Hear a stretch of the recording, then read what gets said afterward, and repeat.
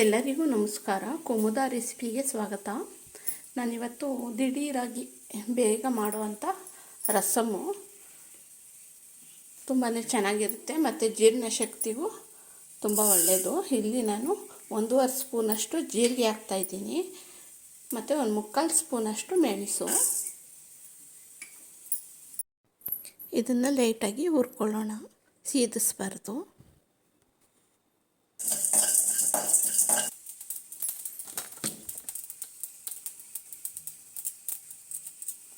ನೋಡಿ, ಚೆನ್ನಾಗಿ ಫ್ರೈ ಆಗಿದೆ. ಒಂದು ಪ್ಲೇಟ್ಗೆ ತೆಗೆದಿಡ್ತಾ ಇದ್ದೀನಿ ತಣ್ಣಗಾಗೋದಕ್ಕೆ.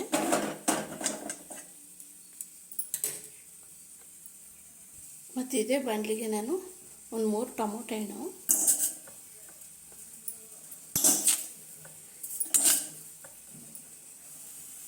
ಸ್ವಲ್ಪ ಇದು ಹುಣಸೆ ಹಣ್ಣು, 1 ನೆಲ್ಲಿಕಾಯಿ ಗಾತ್ರದಷ್ಟು,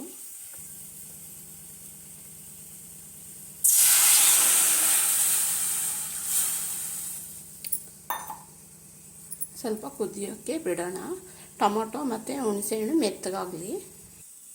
ಫ್ರೈ ಮಾಡ್ಕೊಂಡಿರೋ ಜೀರಿಗೆ ಮತ್ತು ಮೆಣಸನ್ನ ಪುಡಿ ಮಾಡ್ಕೊಂಡ್ಬಿಡೋಣ.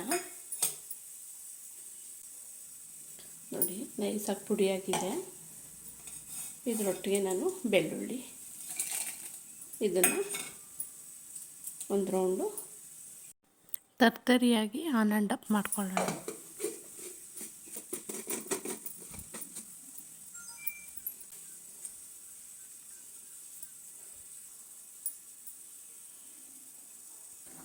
ನೋಡಿ, ಟೊಮೊಟೊ ಮತ್ತು ಹುಣಸೆಹಣ್ಣು ಚೆನ್ನಾಗಿ ಕುದೀತಾ ಇದೆ. ಈಗ ಸ್ಟವ್ ಆಫ್ ಮಾಡಿಬಿಟ್ಟು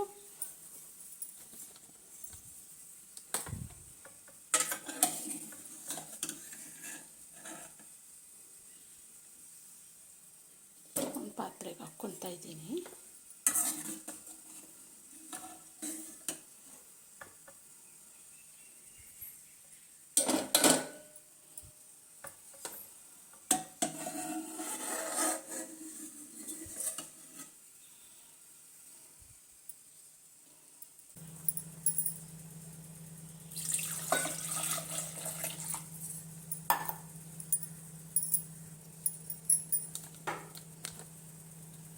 ಉಪ್ಪು ಹಾಕ್ತಾಯಿದ್ದೀನಿ.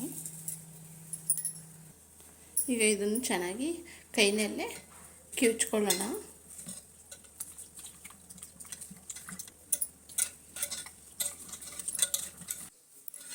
ನೋಡಿ, ಚೆನ್ನಾಗಿ ಎಲ್ಲ ಕಿವುಚಾಗಿದೆ. ಈಗ ನಾನು ಪುಡಿ ಮಾಡಿಟ್ಕೊಂಡಿರೋಂಥ ಜೀರಿಗೆ, ಮೆಣಸು, ಬೆಳ್ಳುಳ್ಳಿ, ಆಲ್ರೆಡಿ ಉಪ್ಪು ಹಾಕಿದ್ದೀನಿ. ಚೆನ್ನಾಗಿ ಒಂದ್ಸಲ ಟೊಮೊಟೊ ಮತ್ತು ಹುಣಸೆಹಣ್ಣು ಕುದಿಸಿದ್ವಲ್ವ, ಆ ನೀರನ್ನು ಹಾಕ್ಕೊತಾ ಇದ್ದೀನಿ.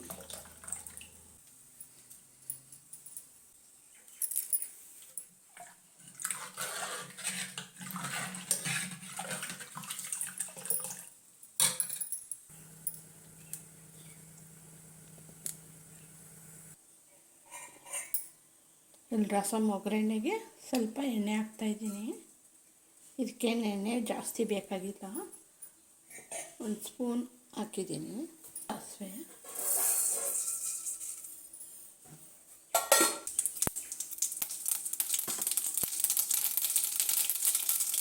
ಹಿಂಗೆ ಹಾಕ್ತಾಯಿದ್ದೀನಿ.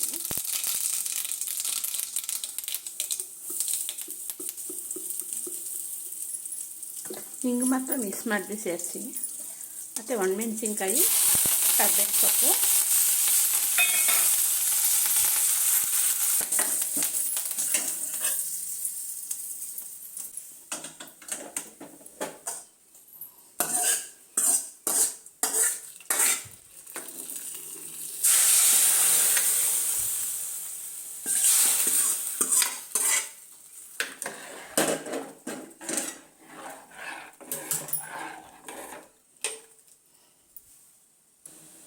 ಕೊನೆಯಲ್ಲಿ ಬೇಕು ಅಂದರೆ ಹಾಕ್ಕೋಬೋದು ಬೆಲ್ಲ, ಸ್ವಲ್ಪ ರುಚಿ ಚೆನ್ನಾಗಿರುತ್ತೆ. ಬೇಡ ಅಂದರೆ ಸ್ಕಿಪ್ ಮಾಡ್ಕೋಬೋದು. ಮತ್ತು ತುಂಬ ರಸಮ್ನ ಕುದಿಸೋ ಆಗಿಲ್ಲ, ಚೆನ್ನಾಗಿ ಒಂದು ಸಲ ಮರಳಿದ್ರೆ ಸಾಕು, ಆಫ್ ಮಾಡಿಬಿಡ್ಬೇಕು.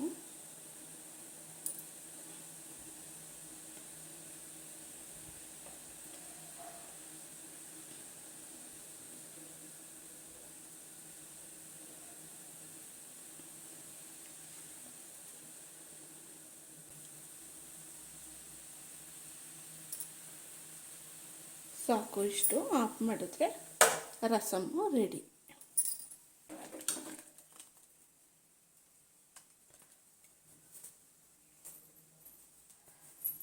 ರಸಮ್ ರೆಡಿಯಾಗಿದೆ. ಬಿಸಿ ಬಿಸಿ ಅನ್ನಕ್ಕೆ ಸೂಪರಾಗಿರುತ್ತೆ. ನಾನ್ ವೆಜ್ ಮಾಡಿದಾಗಂತೂ ನಮ್ಮ ಮನೇಲಿ ಕಂಪಲ್ಸರಿ ರಸಮ್ಮು ಇರಲೇಬೇಕು. ಜೀರ್ಣ ಚೆನ್ನಾಗಾಗುತ್ತೆ. ಚೆನ್ನಾಗಿ ಊಟ ಮಾಡಿಬಿಟ್ಟು ಒಂದು ಲೋಟ ಇದು ಕುಡಿದ್ಬಿಟ್ರೆ ಸಾಕು.